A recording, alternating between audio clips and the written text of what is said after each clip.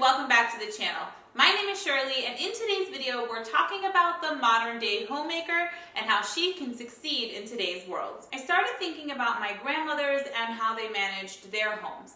I actually have three grandmothers: my mom's mom, Marie, who lived with me most of my childhood, my dad's mom, Lois, and my biological father's mom, Rosa. They all lived much different lives. My grandma Marie raised 8 children in a small apartment. My grandma Lois raised 3 children in a 3-bedroom house, all while managing a nursing career. And my grandma Rosa raised 2 children while running a business from her home. I started to wonder how they did it all without all the modern amenities we have now.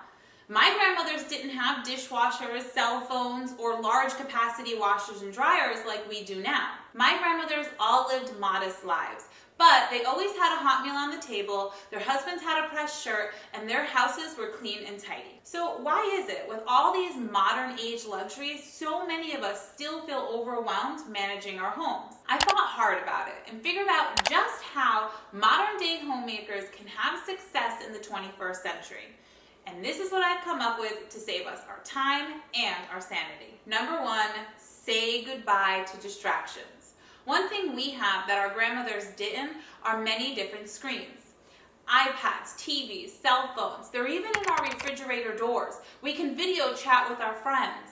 We need to find out what's taking up all of our time and eliminate it. I know for me, I can easily get sucked into Instagram or a TV series. If I start scrolling Instagram while I have my coffee in the morning, I will most definitely keep on scrolling way after I'm done. TV series are the worst. I just finished watching all 9 seasons of Little House on the Prairie, and I can tell you that I was so much less productive because I would throw on an episode while I folded a load of laundry, and the next thing I knew, my husband was on his way home and I barely got anything done. Find out what doesn't have any real value.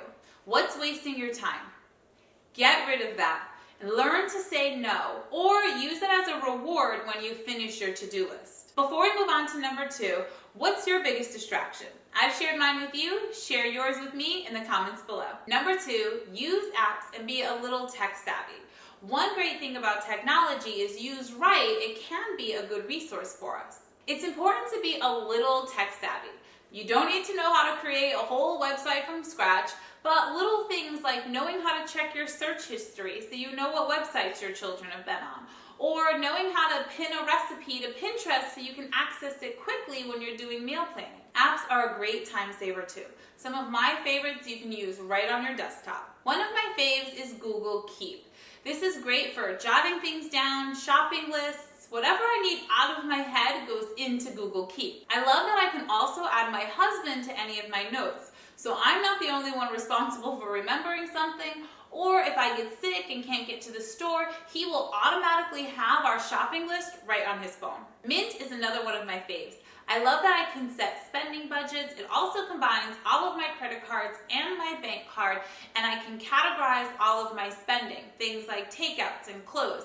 And if I spend an unusually high amount in a certain category, it'll alert me and let me know that I'm overspending in that category. Google Calendar is another good one.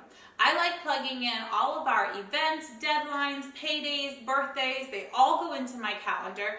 And the really good thing is I can do that on my desktop, but if I'm out and about in the world, say I'm at Walmart and I run into a friend and they're like, hey, let's have a play date, I can just whip out my phone, find out when we're free, I can add that play date to my calendar before I get home and forget all about it. Also, check to see if your bank offers an app. My bank allows me to transfer money, pay bills, make a deposit, see my balance, all from the app on my phone. This way I'm not lugging 3 kids into the car, sitting in the drive-thru just to make a simple deposit. Number 3, don't bother sorting your laundry. There really is no reason to separate your lights from your darks. This day and age we have HE washers and there's really no point.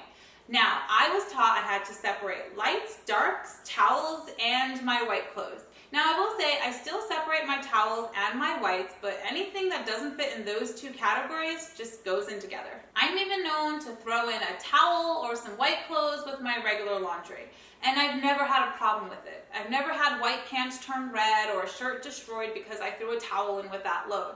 I even throw my jeans in with everything else. So don't sort laundry like you were probably taught. It's just not necessary. Another thing I did recently to save myself time was I got myself one of these divided laundry systems. Now, as we go through our laundry, we can add it to the appropriate bin, and I will know when a load needs to be done at a glance. Number 4, use simple cleaners and supplies. I admit I love different cleaners, and you can catch me in the cleaning aisles smelling all different kinds of cleaners. I'll even find when I'm in a cleaning rut, I'll treat myself to new cleaners just to change things up. But sometimes less is more, even with our cleaning supplies. Try using multi-purpose cleaners. Having a cleaner that can clean many different spots in your house not only saves you money, but it also saves you time and space. Less clutter means you can quickly find the cleaning supplies that you need and put them away, which means you will be more inclined to actually clean. Get yourself a small cleaning caddy that can hold all of your cleaning supplies. This way you can easily take it from room to room. And some of my favorite all-purpose cleaners are the Mrs. Meyer's all-purpose cleaner, and I love the Dollar Tree's foam, glass, and surface cleaner. But don't forget about DIY cleaners too. You can pick up a few ingredients that will clean almost everything in your house.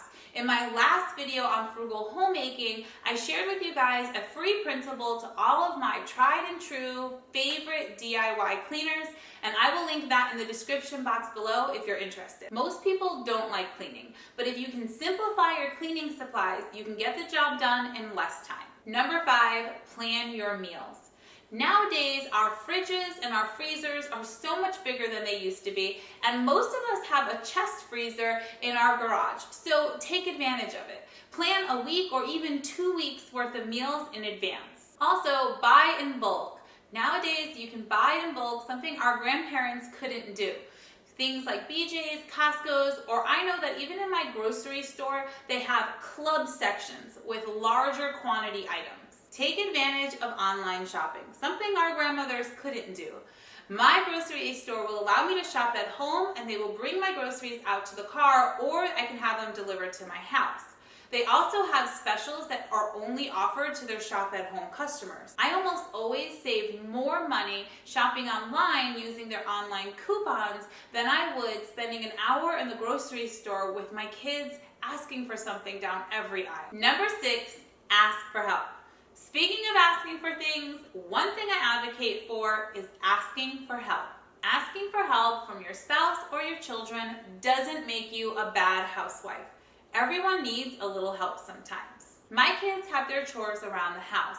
Things like making their bed, loading and unloading the dishwasher, sorting their laundry, and I have them do that for a few different reasons. Number 1, I can't do everything around the house by myself. I would go crazy. Number 2, they need to learn.